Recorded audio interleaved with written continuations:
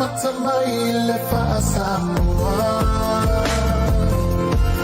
Oan suyo leo na leta ilua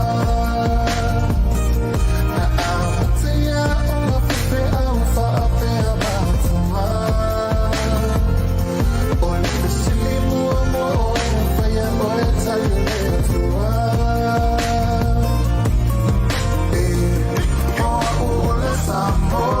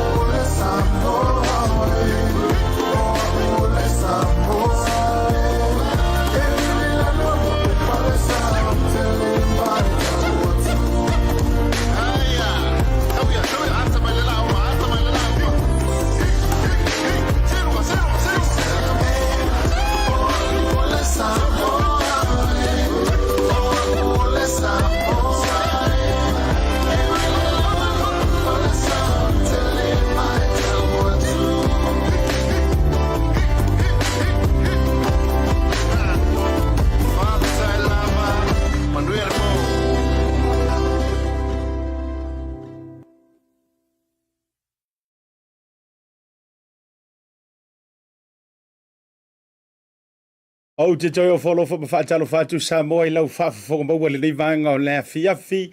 Ia I na ua sawari vale atula vau le wanti ua tolu I le whamiru te ua de ai nei le tu lai lima.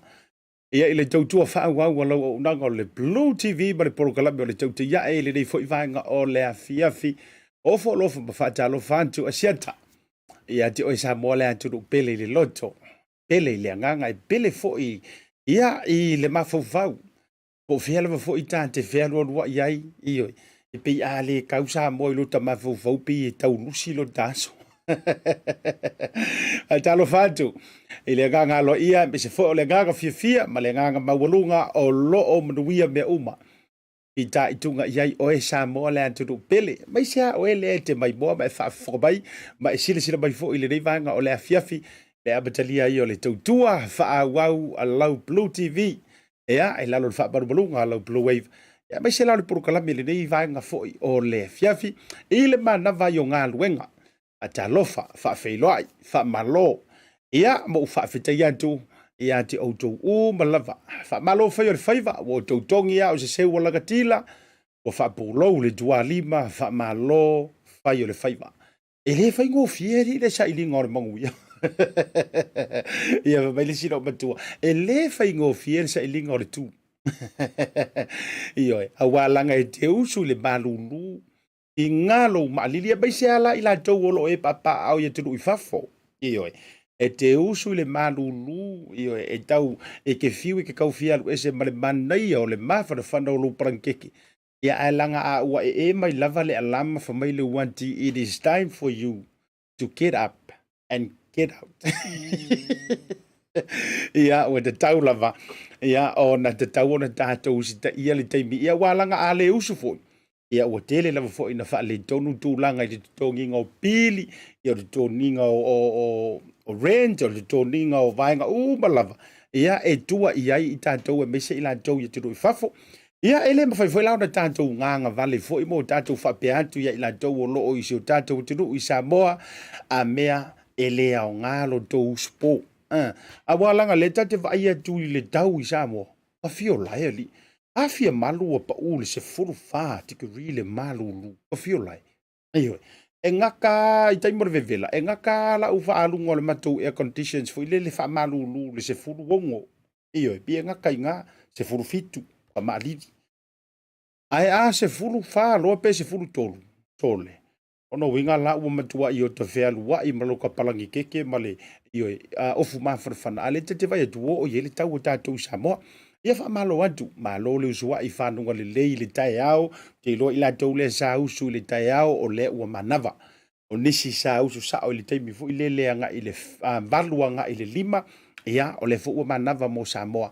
Ia ua manava fu i nei a madou i New Zealand. Au se talia ko kiki. O sai. Sa ilo no to ile to ma maula va te lo le tolu e pe lu tu line tu wai ai tanto o se talia mai le taimi e tanto i New Zealand nei America o le to waso ale nei asurulu America Hawaii ma le moto fifianga i tutuila o le to waso lulu le nei ai o te faange ngefu ke le po wa tase fia ya te o to lea e mai mo mai eva pe fo le te mai mo mai le taimi le nei America po le ale stete o mi mai po wa kase fia le fo tau fai to le so ta inga ma le fionga i le fai a onga fa urulo le tato manu sa mo te to fitu ia po le ase tala le tau sa ili tu ai o le tau de fu le tiano po o ta se fia ape fo le kele o kosi keke se uma fo to taimi a talo fa mo fo lo fa tu ai se te le dei va ngole por kalame o mai oi sa e fai nga ruenga ia ai mai se la ma to ia le au no fo fale awalanga o tofo ile fe ngai manga luenga awo fo ine o tofa pea na ole matou no fo lava ile fale le di matou me faia io e ta ua dele ia le favor le tangata lea e faia le fatu ai ngatausi ia wa nga funga e rue ke fenga ruenga o rule le vango fo le fa ai mo moli le fa malo mo le fa tele ai mai so le fa talofa ia ilantou o lo fe ngai ma le fatu ai ngatausi malo lava ia te o le tau tua ma ta vela e tua vai tua lima iai ese ila tau fea ngai ia male vainga male malu pui pui o na yo tanto tua a ma te tua a talo fatu asiata mo o le nei vainga o le fiafi ia pa ia o Samoa ai lava ile mata ili o le tui manua se ia pa ia leone pa e ole a tamaita yo na vanua nei fale alupo ia o pa ia lava ia e sula e so se Samoa i filo inga e me se fo yo le moa awina ma le fatu lima i tu langa o proklame fa benei ia fusi le o le fau o malo io tato ma la vole atu e tasi po fea le lalo langi le te mafuta ma iai e lele lava le tolo ai ma au le vai o folo fa ma fata lo fatu asiata o oele nei vanga o le afiafi yo le tala le lei ia malole tautua i le atua malona whingal whaafitai te talo. La ngona le mawhanawhana i la ngona i tino matangi le lei, ia o la tau whaa. Tangi tu i le atua, ia mangalo, ia manuia, ia le atu nuu i lava singa. Malawa o whea ngai ai. Malo lava, leo nisai. Afe mai lola, ia leo la ufa talofa, malo. Mapa anga mamaya le tantou, BluTV e mai se fo le unanga ma le proklame le Tautai A'e le livanga o le fiafi George Fetu Sola Tauai io e lau fautautanga ia po lau fitalainga le lunga io e le livanga po lau suka ma le fretua o ama ha talo fa mo folo fatu asia tanga te lea ia o se to fina ia tolu o i to lolo talo fe tolu o ama o e mai se fo le tautonga ia lava io o so longa le lebe uma be se fo le fanau lo fatu proclam bo to tali melei so i form nuia ma lo lava ma fatu mai ngata lea o lena to vao tu ya Josefa le la to fo ma fatanga watching from Porerua fatalo fatu le lo mo Wellington be se fo le fionga ia ele tu fia le fionga fo muina io fo muina la fai le lupo ma le faletua ia fipe le no falo lofa te lea tu proclame mo te waranga te lea le sunga po le uso ia ale male tautonga le fretua Jenny ia male la ma lofa alo ila lo ile lo mua Wellington o folo fatu Asiata Pio proclame mo uto malava Joma faleva ai malo lava le soifua manuia malo Asiata le tautua we can hear you from Taupai airport we're on holiday wow manaya io e kai fafikai fa leo kele to alu leo eva ai fa leo tele ma vai leo telefoni fa la ile o mai kai fo ile feo ai maka puru foni a wota leo o fo i Taupai ia ai o lava lo te leo i nai Taupai fa tai lo fa tu mo o to be safe enjoy le to holiday mo le to ta fonga lo fa nga met proclamer to te ya e mai sero danga le BluTV mo o to uma lo reserve pule ai Kia ora my sister, o a mai lo fionga le fretua, ia mai se fo i le fionga ia pulea ia George, mai se fo le no falo to tele la. Ma lo ba tawai le vanga le fia fili fanga ina le to fine Sabina Rachel Stowers ma le tautonga, ma lo le no sai ma lo fo le fa to tele le mau. Ioi. Ia le vanga o le fia fi Elena and Mika tau a taua po taua le mafuta mai aloha from Hawaii ia o le ngai palangi poe toi titi toi tuli atu le tau watunu ua lava lea ta whao lo whaia mantou. Iyo. Le whakaroi na fo ilo iso ia Daniel lei tuala malo lava le unasai malo le mafutamai le whanga le fiafi a besi fo alo pule tupuola ma auto u ma lava malo whaafita iantu Baki Carol vai lua dia ta le se furu ma le tasi ya mato Amerika ui o le vali la fia ni. Ai whaafita i o lo ma whaila va ono tou. Ia mafuta mai le lei taimi ia tātou te fia mo tātou wa tara noa ma whaasoa lunga le programe. Ia tofo i pupu se fita le mafuta mai le vanga o le fia fiu tā mai se fo o leone nai ma le lantou fo i mafutanga June tui wo ma paanga masani le tātou BluTV mai se le tofine a Rosa tavoi a Rona Fili le mafuta mai Gapulja le levaenga o le afiafi ia mai se fo ila ia o le fionga le la le tama ia po o le to far matua ia Yuli io e fatalo fatu mo folo fatu le programe ia te auto ma la le levaenga o le afiafi li neta lui ma le to maftanga ia mai se fo ila le to tele taito Terry tu sani ma le to fo maftanga alo fatu Asiata mo auto ma la io umano ulaua tu le levaenga o le afiafi lo no ngai pongia le tanto programe ia lofa tele atu Asiata mo tu sana yone tia me se fo moli fai u new solo ale vruen lofa tia te to finita sile America o fo me pa anga tanto proclame te native fale anta pa malo antu Asiata mo tu le nei vainga o le fiafi me se fo ila fangeo so mo le pai ta lofa lo fionga fangeo me se tu tonga ia lo tasi ma le no falo lea mafuta mai nai foi puke koi i nai papakura ma lo lava le sai ma lo le fa to sunga ya Susana yone tele mafuta mai nai California i America ia tala le leifa ai va me to foi mafuta ga se foi la vasa le lesi wow te nei tio le mea le mafuta mai le vanga o le fiafi o folo fatu mo fatalo fatu Asiata be se fo le to fine ya ever after o to uma le fangalo ina fo ile tu sala ya bea wa isola gule ai no fa ye duete no fo mai fa ile ta pro kala me nei vanga ole fiafi mo to uma lava rupi ayano o mai le vanga ole fiafi lo fatu mo to me se fo ile tama ole ainga sione tea ya male lava lo le tanto pro kala me o to lu le tanto YouTube channel ia lava lo taimi o te fata lofa mo wofo lofa duai tango o mile share le tanto proclame le vanga o le afiafi mo moli lo fa malo i tanto company lango lo sua sponsors mai se o sa maria ngale le lo me fai ona au na tu tanto proclame le afiafi Tasi Market songa le fa fengainga Reverend Tole for Larry to pa ilavea male falitua ia ai mai se fo le no falo ia ma le tatou aunanga le Tasi Market le gato papakura au le tatou fale o loi West Auckland nai Triangle Road ia wana ingalo i mawhai fo i ona lafo i lau tupe i le aunanga le Moneygram nai Triangle Road ma le tatou fale o loa le nai iai le Tasi Market Tasi Cafe ia ngata fo i le tele o aunanga i pole ainga energy ia lango longa suaina le tatou proclame Pacific 40 pa le talo fa voucher au aunanga whaingo fie e mawhai ona lafo ai le voucher tala o loa a walo ainga i Samoa e le tau walu i salolonga e le tau walu ia pia i le taulanga ai mawhai lava ona whaonga au unanga inu itua.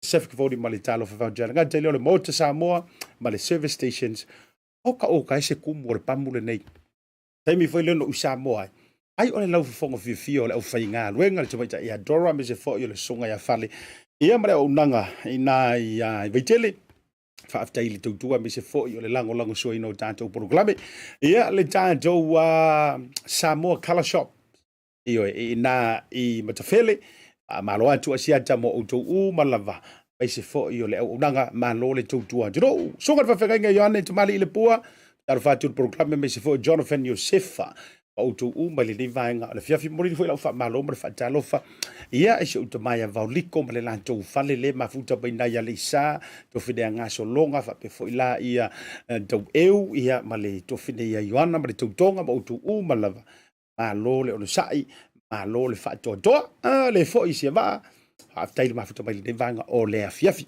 mana ia tanto news update me se foi o le mata upo la tanto fa so ai ia ile dei vanga o le fiafi ever after. Shout out to Bea Rio for hosting us here in Alaska. Ia le nala Bea Rio alo fa ngal na boli mai le to fine po ole ia ia ever after ia mo o to umalava nai americano ile dei vanga o le fiafi na ona tato atu ai tanto wa fa sala longa fa business a foi mai tato me ia tu tato news update man na ia ona ia tato ai mesi o ngeile nga la wele case foi le o le mata upu foi le tau fia i se tasi o fasala lau foi le mai Australia la tau fia i Samoa ma tu ala solo su lima le nei le lana la wele case ai tato atu mo mo tato fasala lau fa business ia foi mai o le ke le your stories ia le ala am fai ona tato tele no ai me so tato news update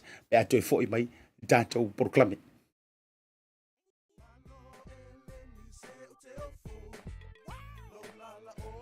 a fai te mo mia o loa mai Samoa ma nisi o atu moto le Pasefika e peo fiti matonga e na o le Tasi lava le marketi te mo mia le Tasi Market. Tasi Market e le ngata i fua whaatoanga e maua fo i ia fee ma isi me tau mafa mai le moana. E pea ona ufai atu e te maua uma o loa mai atu moto le Pasefika o le talo le te sila mai ai numero Tasi lea o loa sa palai mai le atu nu o fiti kako karongi ue fo ia yaso ia maua foi le umala mai tonga e le gata ilea mo ila tau e fia le tatou tama o le fai e te maua umala vai Tasi Market A fa fetu langa o whaalawelawe. e sa o le lei e maua tatou pusa pisupo tu ai ngā le lei ia leo le pama le gata foi lea maua pusa moa i so si tu ai ngā sizes fa pe foi la kako pusa siu pipi anse mai ngar ka pusa siu ngar fa mole tai tama ia mo fa la vergata foi leo pusa pepe il Tasi Market E maua fo i ipu mo whaalawelawe in bulk i le Tasi Market. ia le na Samoa a mai ala ona fai umala fa tau nei le o danga le Tasi Market aua nei e tu mo ai alo fai nei o tatou ai ngai Samoa o le fea ngai mar covid e iai fo i le latou o danga ua ta o le monogram e lafo ai tupe mo ai ngai Samoa le ngata o nisi o atu moto le Pasefika e tasi lava le no fuanga e te fai ai turanga uma nei le Tasi Market fale o loi Messi Road i West Auckland a le ngata i leo papakura i South Auckland. Can you be my wife?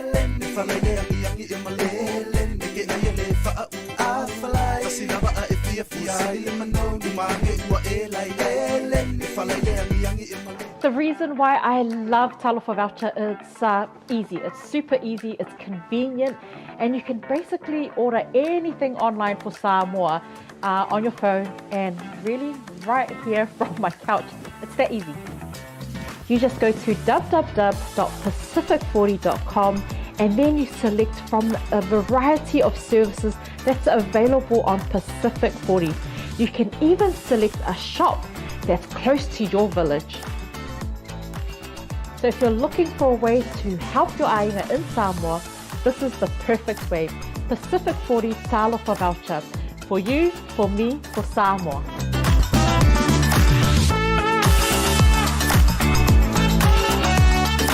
Jaimura wati lea ua lua se furumiro te ua te edei le itu la e lima i le tautua ma le o nanga a lau BluTV pa se programe o le Tautai A'e.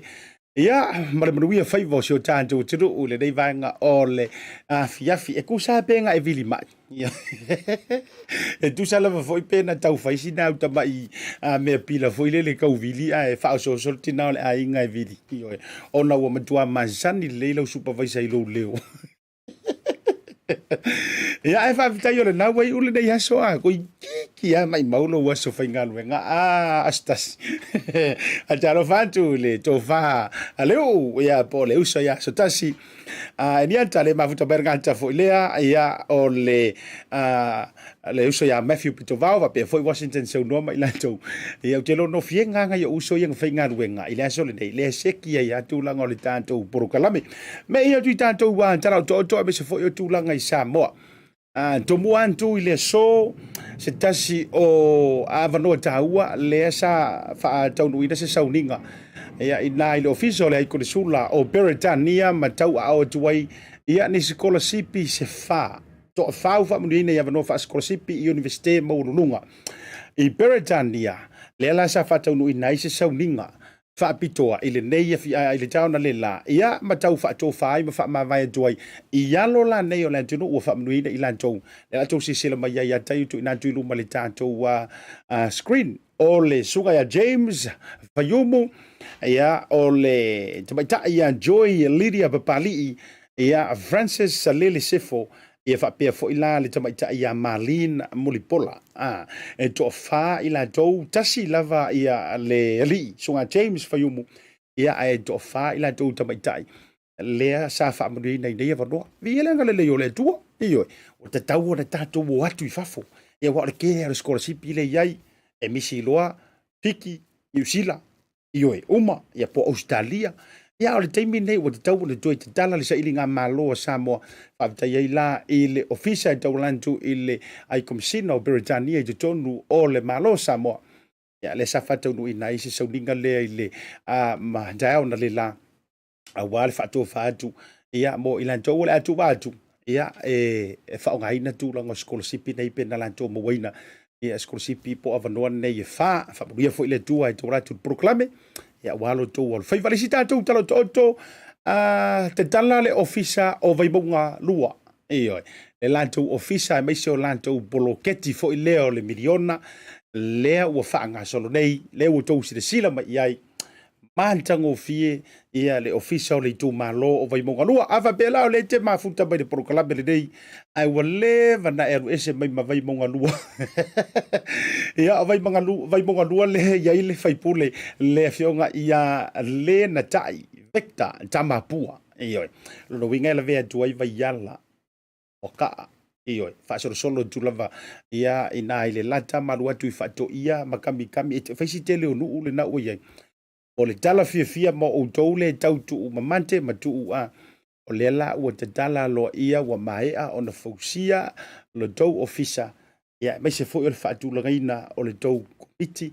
na we luma mo le lautelenga o le tantou article le mo le tantou news le e dialu lunga o le page le tantou wa BluTV le na watu ina tuai le antoanga o le tantou story le na e tu sai foi mai aluai masiaki o ngawala tu ma malelisi ia o le taitaifono a wao le fionga I le faipule o io le taitaifono ia laila koi marisui kai fongo ia ruatu ai e tailua mai le fioanga le ai form a baile la tau komiti ia ava pe o e fia la pe ke masangi wala o tatou ai e pi va ver mele si ka kusia si ke ku ngapo ai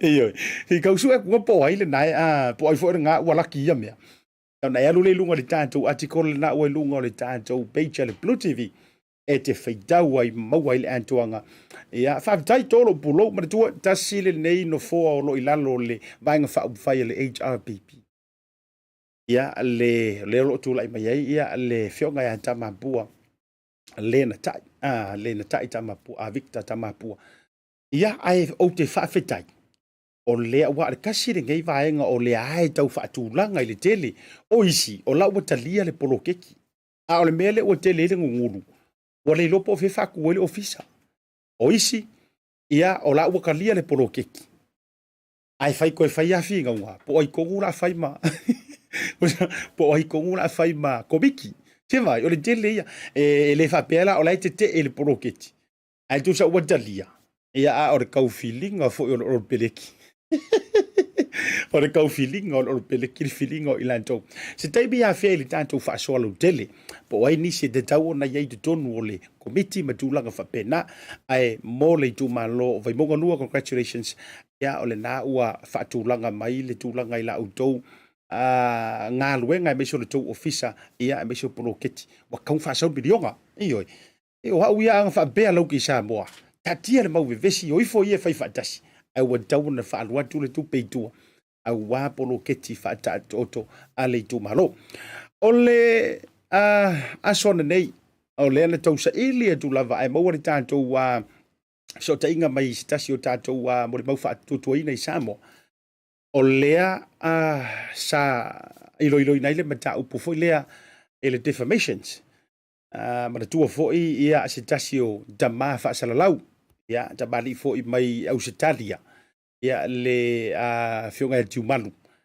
mai fea le tou te silasila mai ai manatua foi la le sa malanga atu i Samoa ia e fofoanga foi o le fono usu o le kalesia le sa fatunuina i faleula ia e peitai ia ono o tulaga foi sa tia ai le tulaga o le auaunaga ma le galuega i pei o vaega foi e o lea ua molia ai e le magi faapufai e le faatuatua i le tua sa mo ua tasi e tauala mai le failau tusi o le vaega faapufai ina ia fai se poloaʻiga e taofia ai lea tamalii i Samoa ona oni molianga manituaʻiga ma mataupu tau faifai ma tau faaleaga e le faaperetania o le defamation defamatory ia manatua e tasi lenei mataupu e faisi maaleale e lē galitaʻi lea tasi lea mataupu o lea ua i lalo o moliaga faasoli tulafono ioe criminal act i tonu o Samoa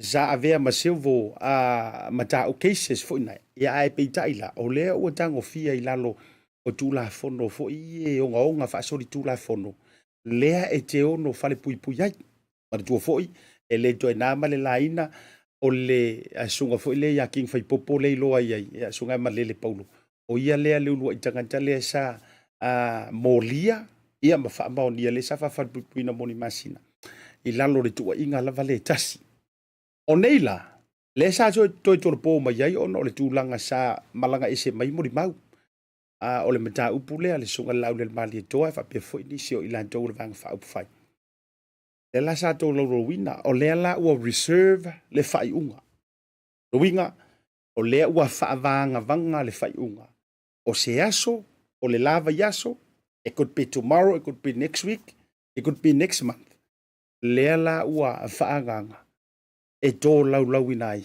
ia le mataupu ma le cases lea o le asuga i le alii fasalalau mai Australia ia le fioga tiumalu mai fea e ua taofia ai nei Samoa e lē o mafai ona toe malaga atu i Ausitalia ona o lalo o poloaʻiga po o le tagi e faasaga i ai ia le alau ai aao malu o le malo e mese foʻi ua ia ao le faamasinoga ae e tahaua foʻi mea tutupu e na fai atu foʻi tatou news update ia e vatu ai ama le tuualalo mese foʻi ia o i latou foʻi o loo faaaogāina upega tafailagi e maise foʻi ia o le ʻaufai porokalame ma tulaga faapena e lelei a le kalagoa i le isu e lelei a le talanoa i le isu e lelei foʻi lou faaaogāina o ni talanoaga ia ae maise foʻi o manatu e aumai e anoa mai ai lona faamaoniaga ia o le foʻi na maua le avanoa ou te tilotilo ou te leʻi manaʻo e play atu le tulaga o le tele o videos ia na tuuina mai na tau manaʻo foʻi le porokalame ina e mo se tatou avanoa ma le fioga ia faualo le minister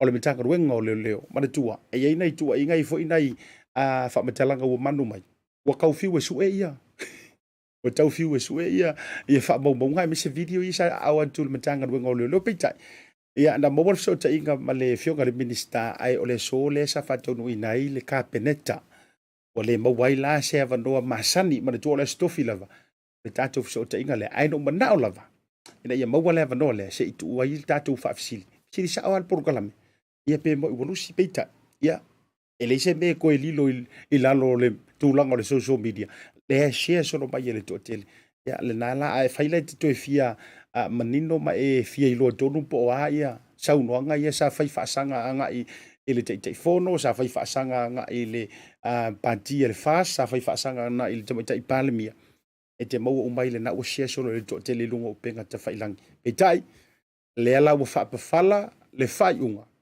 seʻi ai se taimi o laʻu mae ona iloiloina mataupu mai tu ia e toi lava o le tōlaulauina o le tali o le mataupu lea. O le isi tātou news update fo i o lea sa fesiringia nisi le tātou prokalame ma le whaatalanoanga ma le fionga le minista o ngā luenga ia olo fiti va ai a foa. Lana tangi fo i lele sa fola i lunga o le tasi o whaatalanoanga ia ma le televisi whasalau le whakasa i Samoa e whaasanga a ngā i le taitai o le itu a ngai. Le sunga tuila e paitu sai fo i matua inga. I le fawili a fo i lele male len kusale la ko sisila mai leta. Na wala tu Samoa. O tau mawhai lava o te alu se i pu e mai sa wata. Ioi. O ka avale nga. Ta avale tonu lava le na. Lea na lu ngala lo ai ia tūlanga fo i tua inga vai o la kua tu au ka fo len kusale. Ioi. Ia au te lo fo i le se ta avale matua pui ni au lo po le tūlanga fo i lele. Ai ua mana ia lele. O ke ala kula. O matua pala le ta avale. Ele i lewa na umai le tamero sanga le fionga le minista.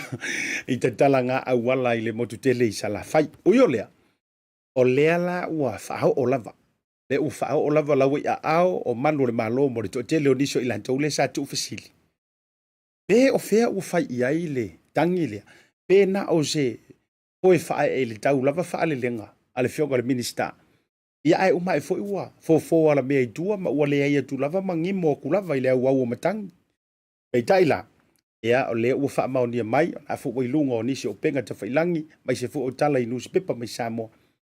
O le nawai a ao, o malu o le malo, ua wha maonia fo e le fionga le komisina, e fitalenga o Paulo i Tino Filipo, o le nawai a ao malu o le malo, ua wha ngā solo ne iai, ia suenga.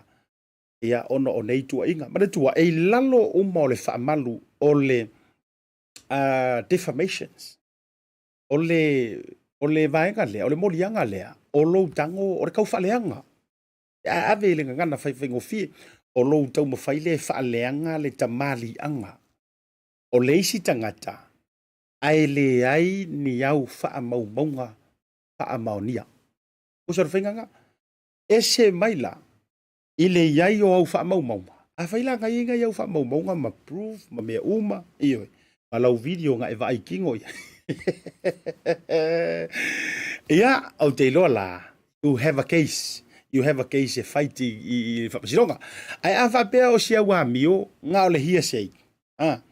Na e vai le po ana po, e komingo, e whaalongo tuai o leana la lau waile ngau i o pai mala whai.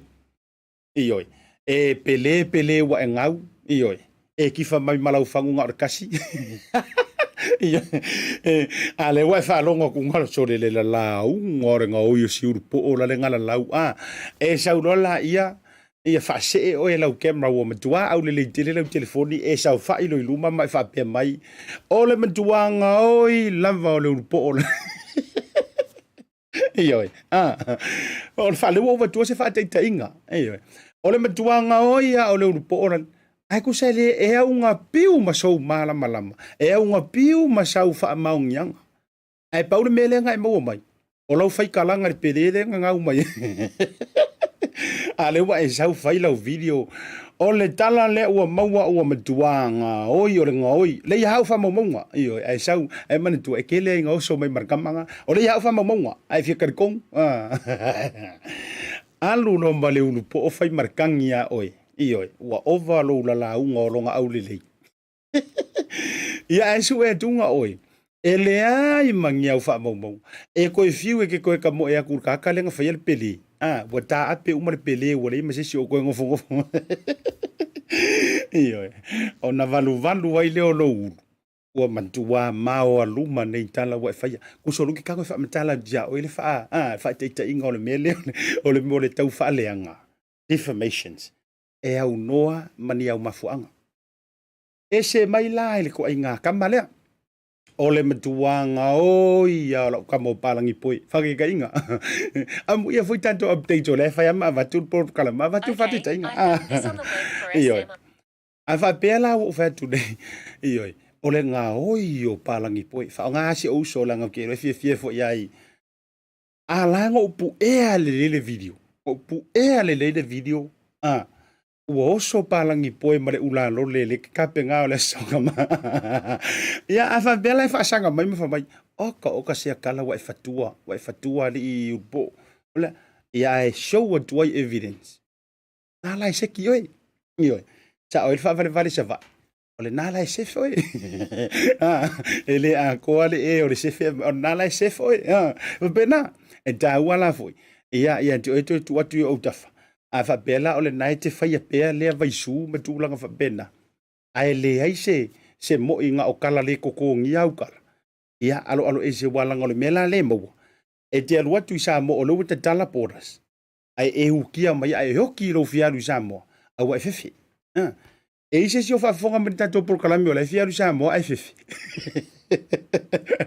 ia le na ia e ta wala tasina tato news update o le silan tato update ole so fo ile pe ola sona nafi le na te tala ise tasi o nanga ia se tasi fo tamali ia i te tonu o Samoa au le unanga le ia o le fa lo tele te tonu New Zealand le UB Group o le UB Security Group Limited ia ale sunga bali i po le fionga mai lanta foipoa ma le fletua ia unga ia ma le lanto o unanga le o te tala lo ia le lanto ofisa i Samoa. Congratulations ia i lau sunga bali e bese fo le fletua ia po le sunga le toina ia foipoa merana ia ma le fletua unga be se fo i talaino le ofisa mantango fie security o ka se au le leo nge skulaki beautiful security ia malo lavale sa ili malo ia o le tanto o danga le wailonga ia wa tele fo ilo na sao du tono ni usila dei ia o le la wa fa lo tele ia ma wai fo i mania va no finga wenga mo o ele nga o lu anta mai tele o finga wenga i Samoa ia sa iliane ia so va no skulaki le leilo tino le leilo ma fau io le lei mau me finga wenga io ai so ia te alu atu fo ia o tanto security le temile nei ele o toe faia fo inge maso ka ko skulaki ele o toe faia ni maso o skulaki ke mi o fai ile le lei o lau tala noa io o tanto o le tala noa lava ia o tulanga u malama fa bena sa ili fo i mo fo ia va noa mo ia fo ia nei ia nga luenga o le fa lau tele atu so tatu tu o wai va no finga wenga boleto tele ia le te mafuta mai o ele sika ko skula ki maka ukia le ia ile le vanga o le fiafi ia fa talo fa tu le to tele ni sina tanto news update mai i te tono so tanto o tunu i Samoa e le nei aso a me se fo yo vai ngolo o tupu wai fa talo fa tu ya sunga risco ia le mafuta mai America me se fo yo sai ma le lanto wa mafutanga ia Strickland fa tonga Strickland me se fo yo nai Maota io fefe ke o mo fa ma ia ele leila lo fefe io ele leila fa pe o lai te o fia lu Samoa ono lo fefe fa mai le o fa ya tu ale fa to fo mai au wa ke fefe au te fefe au fo te lo to tele ai malanga i Samoa o la ua mantua saunga le mu ai lau mask ai o tui pui ai malanga le ai afa peke muso ke alu Samoa no nisi tulanga ia ona ia o la varitali o vanga le e totu tato malolonga foi mai tato fasoa tasio manta uputau ali foi so fina ngalo ai se foi o le tulanga le i Samoa le tau o le soifuanga ia mar to telo ila to foi ila keling hoi fo pa se o makua ka waka so ifuanga i tono Samoa pe sin tatu fasoa pe mai al tatu fasalong fa business nei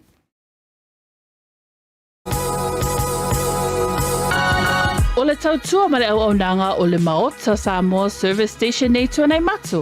Mātou te utuina lau sa ma le tele o nisi matu au nanga ese. Ai le ngata fo i lea, mātou te siakiina fo i lau tāwale. Mātou te sapalaia fo i swau mo lau tāwale. A fai fo i o vai pa o lau sa, a wala te popole. Mātou te sapalaia fo i ea mo lau tāwale. Mo lau nofo silafia, mua, ta pē lau tāwale pe autu. Lua, ta pē lau telefoni i le taimi e utu ina i lau tāwale. Mana tua foi, e matua i whaasa ina le tau mawhatapa aina foanga whape nei. Wa iai foi au nanga i lunga o le Pacific 40 e whaatau ina ai le talofa voucher. Maota Samoa, o le Maota mo Samoa uma. Mātou te fia e au na pia mo o Samoa, whawhetai le fio mai, we'll see you again and God bless.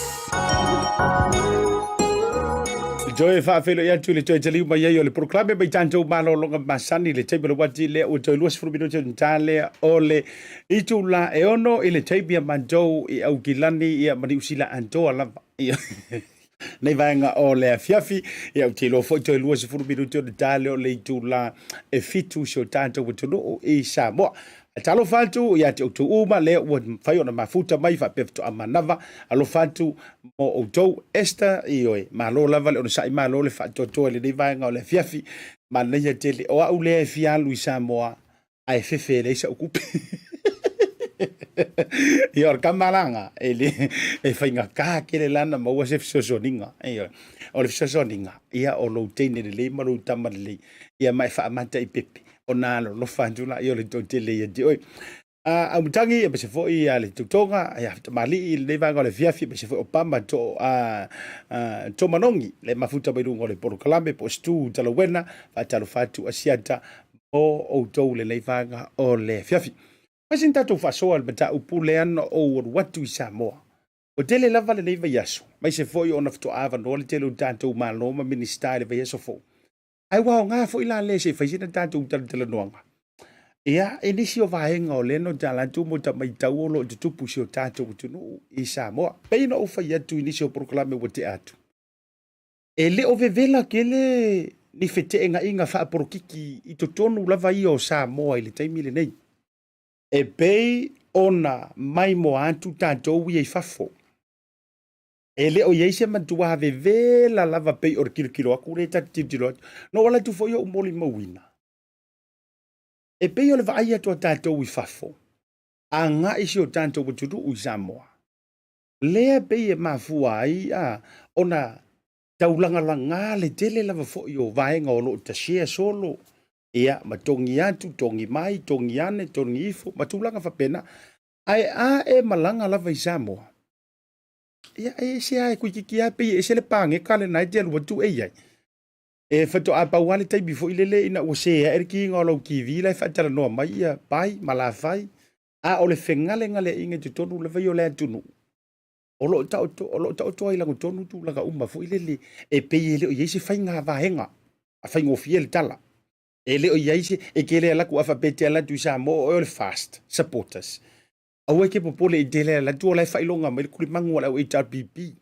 fa ilonga mai kuli mangu o tau mo mele wingo la tala ele ai mani na me o tupu Samoa le fa to usa weya le ai ani na me ele fa pe foi la ai alu o le HRPP na la tu le fa pe mai o ngofo mai va nga le fast o le kuli mangu la o ese fale ai nga tau se sami ele va nga le HRPP ese fale ai nga le ai mangi nga me a fa foi ese si o sa mo fa ya tu ni tala fa pena ia le wo fa ya tu ele fa ma onia na fa mtalang o lai mio fa tasi lava uma tangata uma peke mu peke moanga peke langu moli peke langu rudi o lai so longa le lava ya du langa o ye Samoa now le ala lale na wo fa ya tu ai e tau le tele se tala no nga du langa fa apolo kiki ya ai ono o le lau tele o le tilo antu tanto nei ya tu I fafo e ye lau walunga I lau sila I vanga ai tasi la le vaenga o loo tele le tala noa ina tutono Samoa.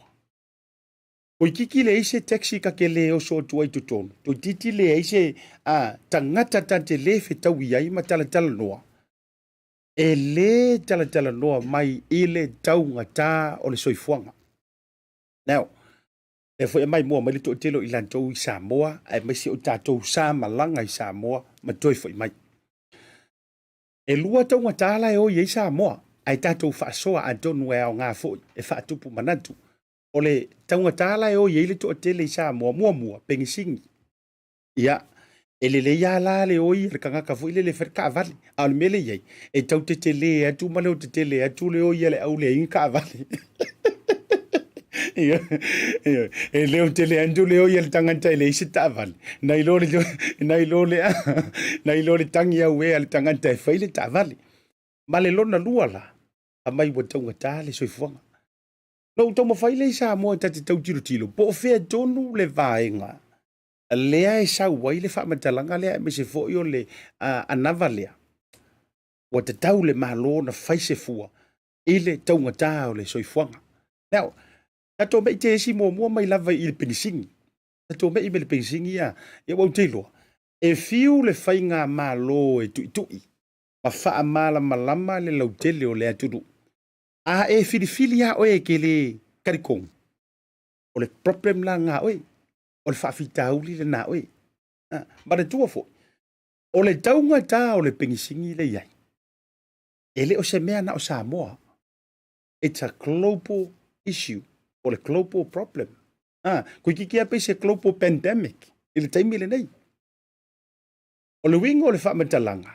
e le toe nā ma le laina wasi i uma o le tau o le pengisingi a mātou i New Zealand nei o le sila fia o e le te whaafonga mai Samoa le whailau ta avale wa lua tā la fitu susene lua tā la valus fusene i le lika a e tango e whaaliliu le tupe Samoa le tupe New Zealand le nai le tupe Samoa o le upu moni e kaungo fia tu la le tau pengisini le nai ai i le kau o le mako pengisini walanga a uan watu i Samoa o te lea la tutotongi la upengisini i le pamo le nai Samoa i le kupengi usila e whaaliliu la a e alu le suinga o tūlanga o le o le whaaliliu inga o kupe ia fai fola e oe lua tā la fitu se fulu pe lua tā la valu se fulu ia pe fata la masene ua sili atu pe ua tali tutusa lava ai mana tua e iai mea e au iai le a ao fai ngā malo e iai mea e le au iai lo la tau malosi tasi la lea paenga e fai mawhaata ita inga o le kauru suaha umar pengisi eio ai se i vanga na ua iai se fai ngā malo la tau te ele e tax free malava ia o loa e au inantu ia ngo uloa le na tau mawhai leo na la tau tu ufo e lalo e wha ma avenga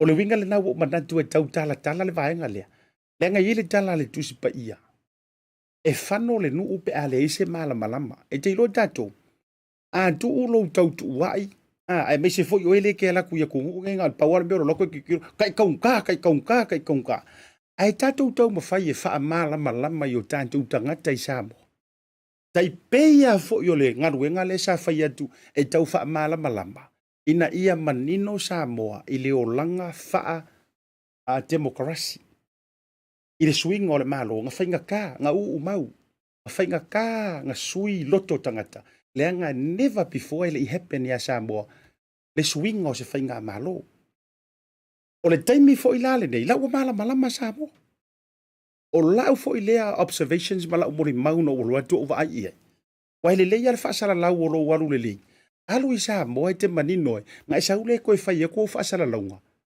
ioe i mea sa au ma mea wha maongia ai lea o nganga o lo ngofo i le e maruru o ngi usila ma Australia ma Amerika ma e whai atu au fua ma lau le kaunga ka ai te leo malama i te le i o iai ia te au la ia ele tūlanga fo i le o le penisini ma le suau uma tūlanga fa pena ono o tūlanga le kukupu ma i le kaua le au wari e whai awa anga le lea kaua ioi a o tunu tonu lava ia lea e te le ina sau o i la tau nei o le majority o le valu se furu le iwa se furu pasengi o le suau o le lalolangi e sau mai ka maia Ukraine ia matunu le fai nge ia la ku fitawinga pada tuala na o loa ina tau fiofi umai Amerika ia ai ama entitlements ai la dowi oi i le taua le faia alusia ma na tau filo Amerika feika lo makama ia si i roi lunga markau o le lako suau umatulang le la ua e peia le upe fai i le vaitafetele fo i le nai vaisingano e a ulu ta fenga ai se le futia vaisingano awalan e whapea o se tala whaangongo le mele whaia tuai ua mafuar kaunga o le suau onga o le kawala e whaia Lucia ma Ukraine. Ele o se kala whaangongo, ele o se tala tu. O le tala moni, ele aingi suau ua au se kalia, ele pamoa se suau ua ngi usila. Ele pamoa se suau ua ngisia kungu uye lakalaka ku i le Pasefika, le ai. E tau te nono suau mamai lava, i kama kekele ia. A saula le sitanga whapea. Ia malie, e ngā ora kako karikali au le ono sa. Pai no whai atu. Ana whapea la, ai ole me mana na o i Samoa. Ia walang iku uai se text ale malo. Ia e whawhiang ko kongi wa ai au watua le suau. A le ngai langi text mangi la fonga. Ai a whawhianga ko kongi ngai kangaka lai whainga ruenga. A whawhianga tu tongi tiu meo lo whaongaina. Whea tuai fo. O tātou wa te tau ono tātou malama lama ma whetālai. Whetālai luma whetālai tua. He auanga o ngā ruakua fo ile le Samoa. O le vevela o Samoa ka piripiri ya le ili whamai. Too hot. Anga umanga too hot. Ma whau le singangu whamai. Too high. Iyo, e hailea. Whea tuai fo. E tā ua lou malama. Ma fisosoangi ka koui e masani leo atu I fafo e fisuia inga o currency ma whataua inga ma le tau o le soifuanga. Tātou fisosoani e kau whaamama avenga ina yu tātou a inga I Samoa. Ma ave se kala fo ilele kau ku uaila lor koko morunga I pupunga e maantili. So solo se whaama I koko morunga yan tātou I Samoa. Ono o lente alu atu fo o e inei. Na e alot, o le tau ngata le pengisengi a kako. A fo ile walu I lunga le Taupea no fai atu. A fai or kako pengisengi ko I kiki koru kala. Whaliliu la le tupe na le tupe Samoa. Ua siliatu ona tau nata le tantou pengisengi. Siliak. Ngai lo si whakala. Ia. Ta dia la le kiso ia ma le suau. Ta lo sia ua tau a tafa ia lo fina ngalo ma tau a ta oto wavala ta tau le leia. E le au I ai se pao o le malo. E o ia Usila, e o ia Samoa, e o ia Amerika. E pulea kama ia e oninga suau. O kere ia onga inga onga faa suau mana mea te tau ilo ai. E wana ingano ia te uto. O le tamali I le major sponsors I le tato o unanga le BluTV. Le onga le Tasi Market. O ikiki a se furu pamu pengisingi le se te umia e le sunga le whawhiangainga ia tole e foa. Reverend tole e foa, Larry, tupa ila vea. Le e mori mau umani to tele nei. O ikiki au se umai e sao faukilan e umia e le tamali I Samoa lea. O ikiki fo ia so umau te whaasoa e le mawhaivono usaua vatu se whaasoa. E au noa molo usa ili manongi mai ai. E moni ma whaamaon. Au a leo le me ele au ke le ai mamaro si ele lima e pulea kama ia la ko ke au mai le so e pulea I lantou e ana le so au a fai le fia maka ukia o se malo ai a momusu kama nga e to e vatu so au wai ele mo wa sala ko kupi e ngau yelo no winga o tanto e to foi uma le feulo le afi io o le tanto to e alu uma de kai ngol e ulama io e mari to e tanto mu afi e peio na masania ia sola. Tulanga la na ia I le whaasoa le proklame le tātou penisini ma le suau. Me I mai le tau o le soifuanga I tau mafa mawaenga whapena. O le tau o le pusa moa la e o I Samoa. Parusu tala. Parusu kala masengi. Au iangi ngai mo ngā kupu ia o lea. Ai o le uti tau vatua le tau fo ilele. Nanga le whatua usau me Samoa. Valu 5. Valu 1. Tau o le pusa moa. O nei ne usila. O re kau o le pusa moa lea ngā usau ngai asi aki o usau ai nei I le mātou fale moa tele lele manu kau. Ono lua. Ono sulu lua tā la ni usila. A maua sau pa u o le ongo se furu. 5 valu. Tangola e whaali liu le ono lua tā la po le ono se furu tā la. I le tupe Samoa pe e alu I Samoa. E sili atu I le iwa se furu tā la. Ko I kikia se lau kala. E kau o le pusa moa. Wa sisila. E se fa baile ngangwar ko inga ma ko se va se o le me common sense ale mea. Ai e mafua ona ave le tala ma peye folinga mai ua matua sai le mamalu o le tunu I Samoa. Matau tu wai matau le pua malafu. Le anga e kausolo musa fo I tantou le watu ia tunu I fafu. Oh. Aua le avea le lava o lau pocket money. Ma mea e te tu uai ma e whaasala, ma lafo le whaasala, ma e whetu u le tau o le soifuanga wai ai. Leanga e le na o ni usila. O lea fo I e tupu, o e le na o Samoa, o lea fo I e tupu I e turu nei. O le kaunga o le pusa moa le ia mantou ni usila, ono se furu tā la anga ilunga. Iyo. A e ala tula mala wono se fulu tala ni usila faali liu ngore tupele na le tala ono su sene pe tala ono tasi. Iyo. E o va ko ki se lau ka la le me mo. Longo winga la ore kau ngai sa ka wa ka wer ko pusa mo e i kai la au ko pusa mo me ta o tong tale mo te fata wai nei. Ah. O le lua pisu po fo i tolu paunga le nai Samoa le no to sau no nai Samoa. Ongo se fulu ka la, no winga e tolu se fulu ta la i le kolu paunga e kasi. Walanga ongo se fulu ta la. Ia ona maua le oele kama i e swinga fou le ufa per ke le. O le pose pisu po le wai Samoa. Ai kama fo i lua kolu paunga. No winga e tangola e vai. E tolu se fulu ta la i le kolu paunga e kasi. Tupe Samoa. O le kau o le koru paunga ngi usila le iai i le taungo fie. Lua se furu fitu tā la. Lua se furu fiku kā la ngi usila i le tau o le toru paunga e kasi. Tango e whaali liu le tupele na langa le tati tau whai atu. O le oi mai a oe le Samoa. Ia ai ke rei rofo i oe. Le mātou oi ono. Ai o le tau o le soifonga le winga o lau tala. E le o se mea patino na o Samoa. It's a global issue. Le tau o le soifuanga. E lusu fiku le lusu varu ka la le kau o le pisu po koru paunga e kasi le whakau inge. Po o le Pasefika, po o le Pama, o le kau nga. Ai dangola e whaaliliu. Ia, ko pea ngesesi. Le na? Ai to pea e se siri whaaliliu ngole. Lua se fulu varu ka la. Whaaliliu le tā lao no se fulu se ne Samoa. O le ala le kau nga ala kau e le kopi. E tau ngō fie atu o tōu i Samoa. Ia. Ai a fua whaare mā fau. A whaifoi la le tau o soi fuanga inei. Yes, le ngai te tele ma tō rate, wa la ngai tasile le mea le la kami mai le si whapea. Ia lang o kou e kai si lua se furu maung kupu ka la. Tai toru se furu tā la. Ia o mā tōna le tai lima tā la, tai yono tā la, pe tai toru tā la. E sa oe.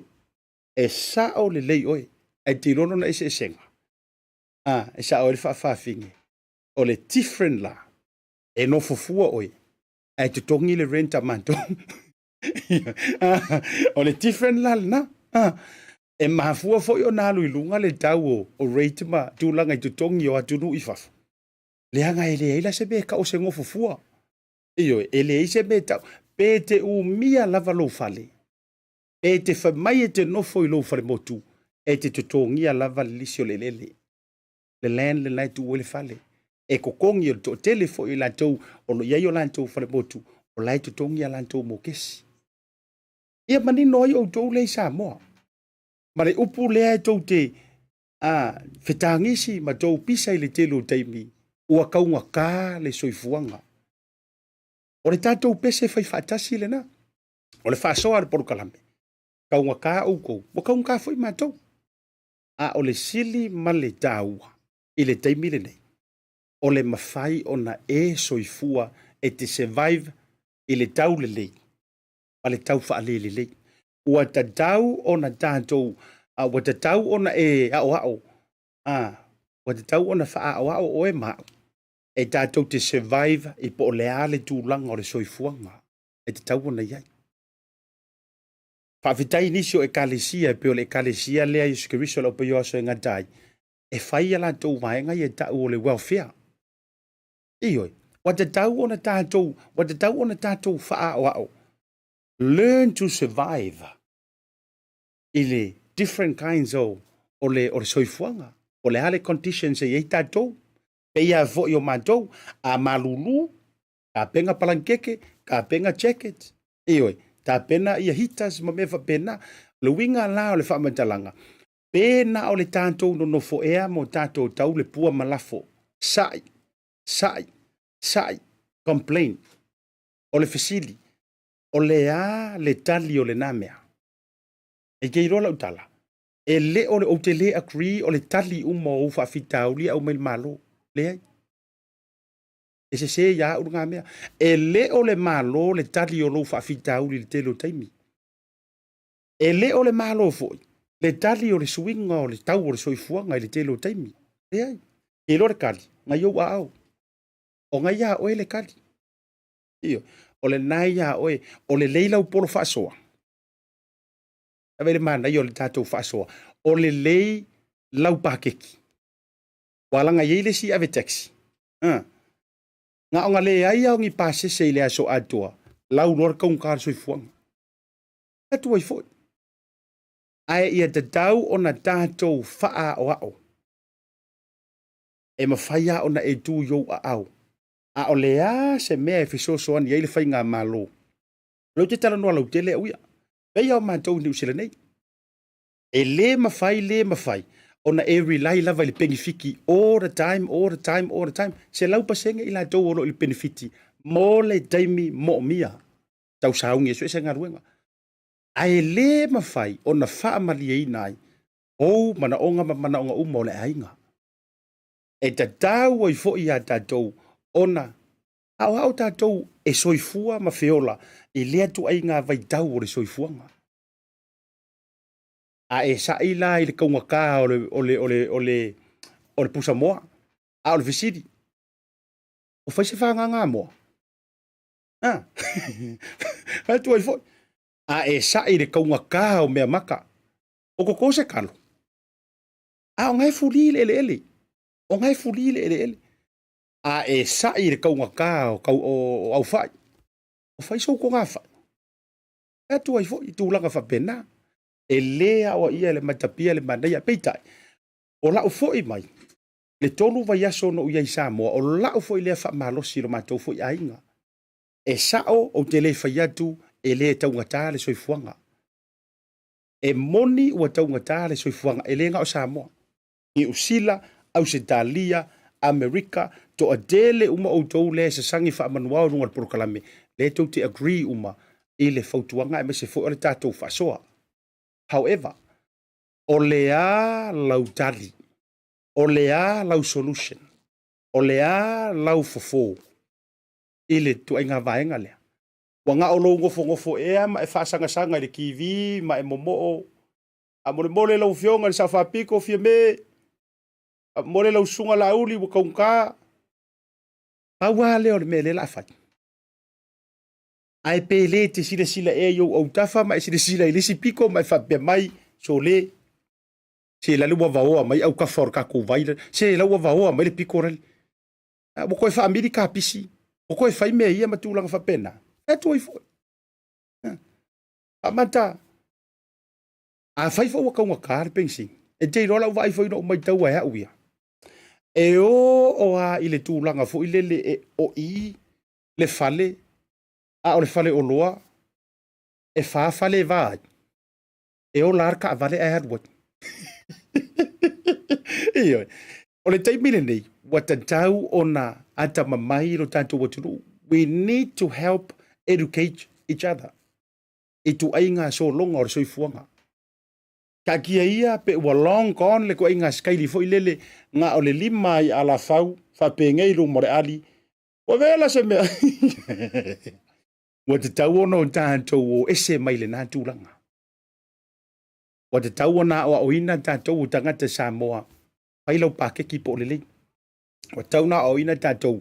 Ka pēr ka vali. A whai ei loa wa taung tār soifuanga. Se la. Ia la e vinga la ma i loa ngā wa kaung kārpeng singi. A le te vai atua i lo la po a waru i fua i luma. Wa fiwa e au vai tuni lo manawa wa e li fua i luma. Wa fai langa lenga o lo ka vali. Ka vale. Ai ngare whawhale vai mar whaloloa. O mar pengi singi.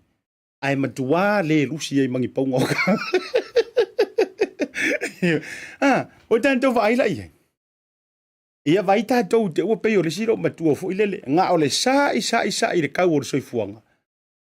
Ai vai manga. Ele pae. Iyo. Ola se komplema. Ore kaunga ka wa maki kiva o le ama lea. Ai lei ma se pai e fai loa mai ai. O le ngā lala. A o le arui foi o le mga vamarikingo. Ola. Ma foi sia. Na o le nofo lava. O le mea lea tunu e pele le loto. Pa vitai le avanoa na maua foi. E uia foi tūlanga o whaaleve whaale ainga. Ai o te whaavitai au. Wa maua i ma le avanoa. O te aluantu ai. Se i o ta tilo si o tātou atunu. Ki rola vai. Se o lai so longa le lei. Monia. Lai so longa le lei. Eoi, le anga a fua whaare ma fau i tau o loa matulanga whapena. Lai so longa le lei. A o le leina le vase I. O oe mau. Whaamatana o lo nofo ea ma e whaikio. Ai o le a sautali le whaafitauli. O le a sautali. Kako ngā ruru e whakasi. A mea le tala le. Prestene fwy le lo Amerika. Ai fwy le na te lo le tala me se tātou me Amerika. Kama o John F. Kennedy. Ask not what your country can do for you, but what you can do for your country. O oe ea o se kangaka sikisengi Samoa po se kangaka ngungi usila po Australia nga o le ngofo ma vala au I le malo au mai. Ai whaapea ma whaamaka o oe o se tangata nu ue te nofo mai whaapea o lea ea sa ufeso zoani. Il Pasefika ulile. A vai e moi ua taunga da le pengising. Ia la koe vidi la uila. La koe vidi la uila. Ka kia ia vai mai o ngu o koe oso I le uila. Ia e uke koe vidi la uila. Ioi. A fai o ke alu I kua e faile I le maumanga. Ia ta pele ta avale. Ai toe sasal pe ako ia sorfongua. Vantu le whafonga Samoa. Papena. Se o mea ma fai o no tanto faia. Ala winga la o le whasoa e whasi ui e le tātou whasoa I le nei e fiafi. Tātou o loo ia tunu ui whafo. Tātou wha avenga I nei o tātou ainga I Samoa. Tātou fautua mo tātou wha malosi au ia I lantou. Ioi, e leo le unga leo le wha moe. E si ilo I lunga re kau o re kanga alisa. Whamailo o ka fiola e ka fefe. Ioi, ai wa te tau ono tātou wha avenga. A whailoa ia I lantou. E le o le tali le nao le whaafitauli. O le tali o lo whaafitauli. Ai po wa sopo a koa maopo a koa lau lafo lai kua le whare. Mentu langa uma. Whaafitai fo I le whainga malo. O lo keti leo whaanga solo nei o le tai miliona. Whaafitai fo I a fio anga manu utai tasi. Lea o ta vaai ma mai tau. La ua whaanga solo. Le pā mā moe ke leo le. Te lo o lau tala lea e whaasifo I le vaenga o le whaasoa. Tasi lea vaenga no o la tu whaapea ka ika. So le ai o le mamo e le o la ia ka kou Samoa wala ngai vevela. Ioi. Au ke vai kunga pia pepeki aku mamo e la e whaafo I sa vai. Ioi. O pā mamo e o vaenga malava tūlanga whapena. Ia. O a umaji na e mawhai ono tātou whaia. Pai. Tātou ngā lulu e whoi manu o au. Ia, le tūlanga la le nā olo iai. Ia te aula ia ma le tātou whaasobo manatu. Ia, e tau fisosoa ni atu. Ia te oi wālanga la akau au ngā whiwhiwhi marisi vaenga ma whamai. O, i o ke le aru Samoa. Ai au whea kuai. O la mea la le aru Samoa whamai. Ai vere le kau or kanga le sa. Iyo. Le aru Samoa or kau or kanga le sa. Le aru Samoa or kau or pusamoa. Tato vai tanto ye. A lea mantua ioe, a alu ngei le pinko. Ioe, a ongo sao fai mai le masingi le so anto. Fento ai foi, a le ua whaafefe mai a le paunga suka le alu I Samoa. Ia mawhai atu le a inga I Samoa. Mai ia, e silia, la foi le aka foi le. E silia ko pai le. Ia, tu atu iau au tafa. Whaatanta la fonga le tūlanga I le tātou whasoa. O loo manuia si o tātou tunu. Ioi. Whaafetai e lea ini tūlanga I lo tawa I tele po matua whaatumulia pia matūlanga uma masale lolonga ini tangata fo I homeless matūlanga whapena. Lehingi ngā mea. Ioi. Ai ini tūlanga fo I o tātou ia o tātou a. O nei tātou tangata tua ia la whapela mai laso. Lai whiwa ia whapere maketi, whaupopoko ai la mai la tau fo I e leo le homeless ono o tūlanga mativa moni. Ia au sava vali le awala ono le fufuina le ma le yo tama fo I na so na faile so I fuanga. E le peio nei iau te ronei ma tunu I fafo me se fo Amerika. Te mira o malanga toi Amerika le lua fes fulu val. I no wa ai o le tele o le tangata mativa fo I le homeless. E lo le mori maulito o tele o tole mai futa mai. I Amerika, ia. E lengi homeless fo ia me ia tātou New Zealand. So o se atunu po le alefa mai e laua lunga louta mau ainga. Iyo. E iai lava tūlanga whapea. E whaptai a Samoa. Ia ele ise tūlanga la walunga whapea o lo i eise o tātou o tino ma matua fia ai ma fia feinu. Ia ka ole happy le mea lai hei Samoa ma fia fia. Ia e langa o tātou pei a le rose tū le kanga wa fo isi ngarua ma whangawhanga. O i pei e fua ai le a. Pei e determine le mativa ma le oi o Samoa. Ina ua le ise rua ma whangawhanga vo ile le kua ile fiafi. A e fia mativa sao. A e fia matua mativa tu lou masai sai. Ia na e ta amilo la ia matou sa faukilani ma e ta amilo i manga ala fo inai. La e sao fa i tonu ia. Tu ai ngā tangata tonu e tau tangata homeless ma tangata matiti. Au ka kou Samoa. Se ele ole arufua o lor fai misiru kipe e wai ai fuar fari fuurunga ke e haleu fo mai. Ngei foi malo, ma ngei foi soi fuanga mo kwa. Malo lo sai tanto malolonga foi mai. Ia ona fa si fo le tanto proclame pe mai tanto fa salong fa pisine sine.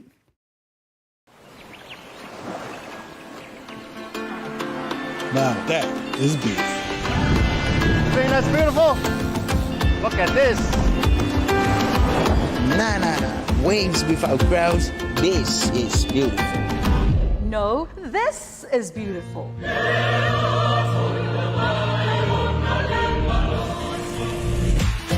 Come on now, this is beautiful. No. She is beautiful. Now how's this for beautiful? No, this is beautiful.